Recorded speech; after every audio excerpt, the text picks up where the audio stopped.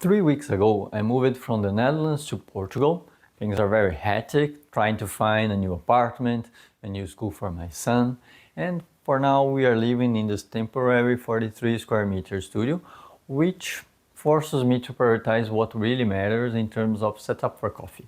Today, I'll show you how I'm improvising, what were my priorities, and this can give you an idea of a minimal setup for travel or for a short stay, let's say 2 or 3 months. Spoiler, I bought a new espresso machine, but it's probably not the one that you are expecting.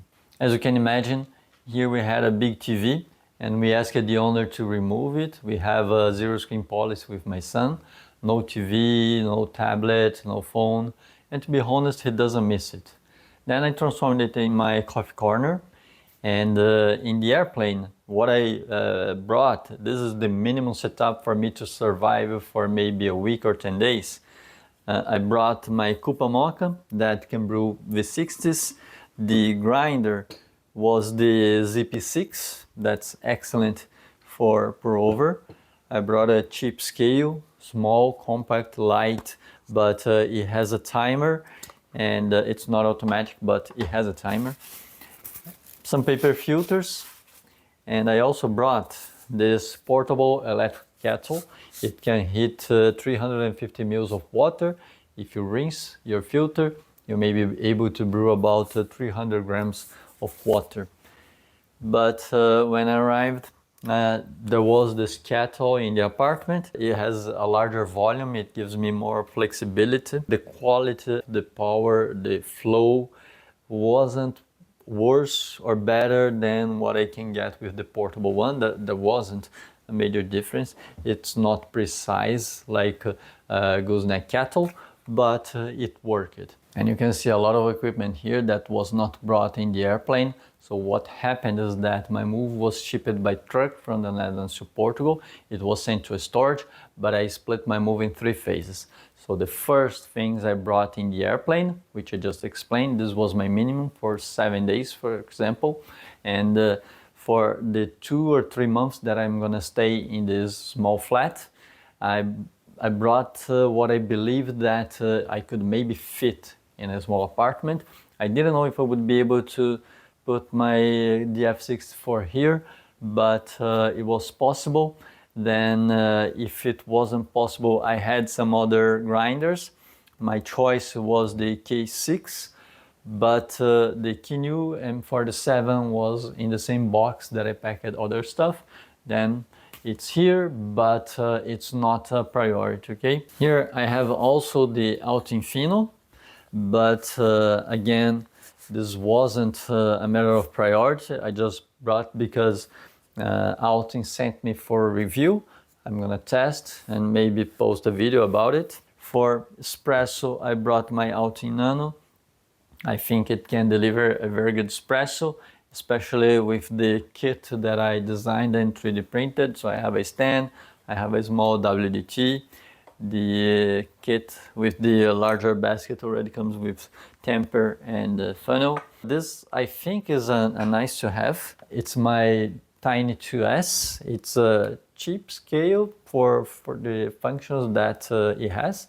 It has auto timer for pour over, for espresso. It's precise, it's a bit larger than this cheap one, so more comfortable to use. I also brought my Gooseneck kettle. It has digital control for the temperature. The precision is 1 Celsius degree.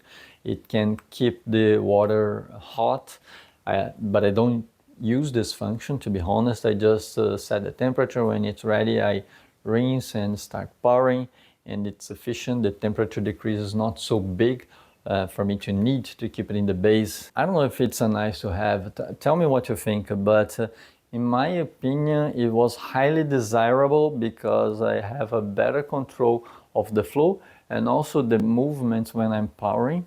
I'm gonna make a test to see what is the real difference in the cup when I prepare the coffee with a Gooseneck kettle and the regular one, just to see by how much it's gonna improve, and then I'll tell you if it's a nice to have or not, okay?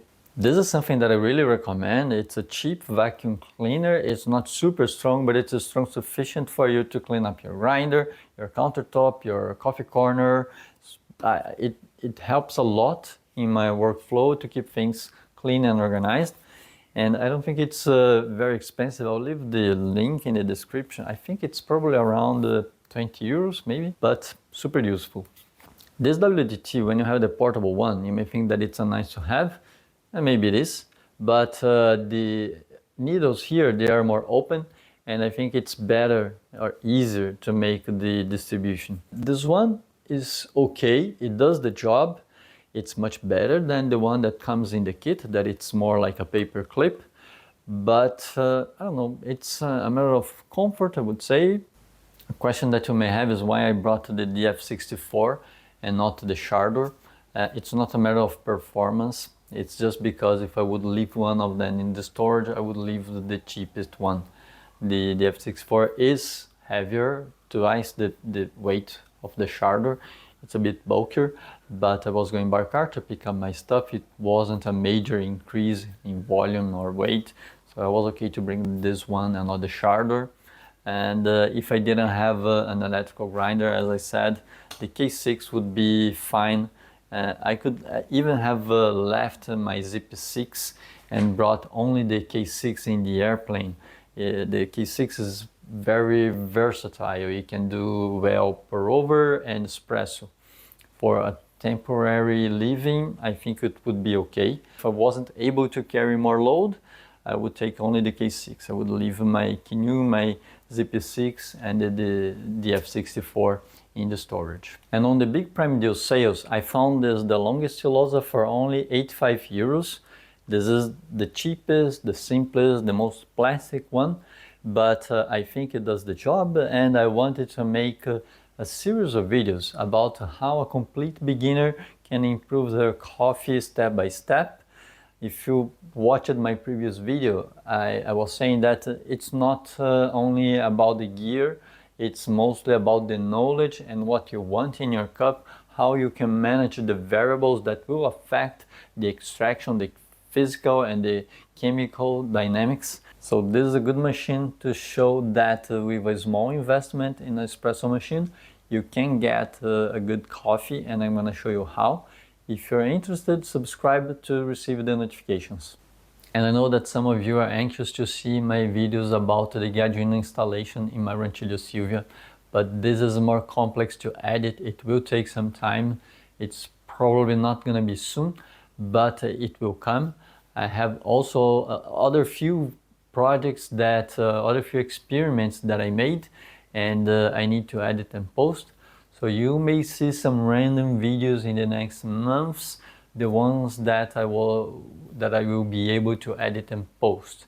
But they will all have the same goal: improve your espresso in the cheapest and sometimes easiest ways. But the good news is that as I settle in Porto, I'm planning to increase my upload frequency to probably one video per week in 2026. The feedback that I received was amazing. The support that you gave me buying from the affiliate links helped me to buy new gear, to make other experiments. You literally helped me to buy this Delonghi Stilosa. So thanks for that, and see you in the next video.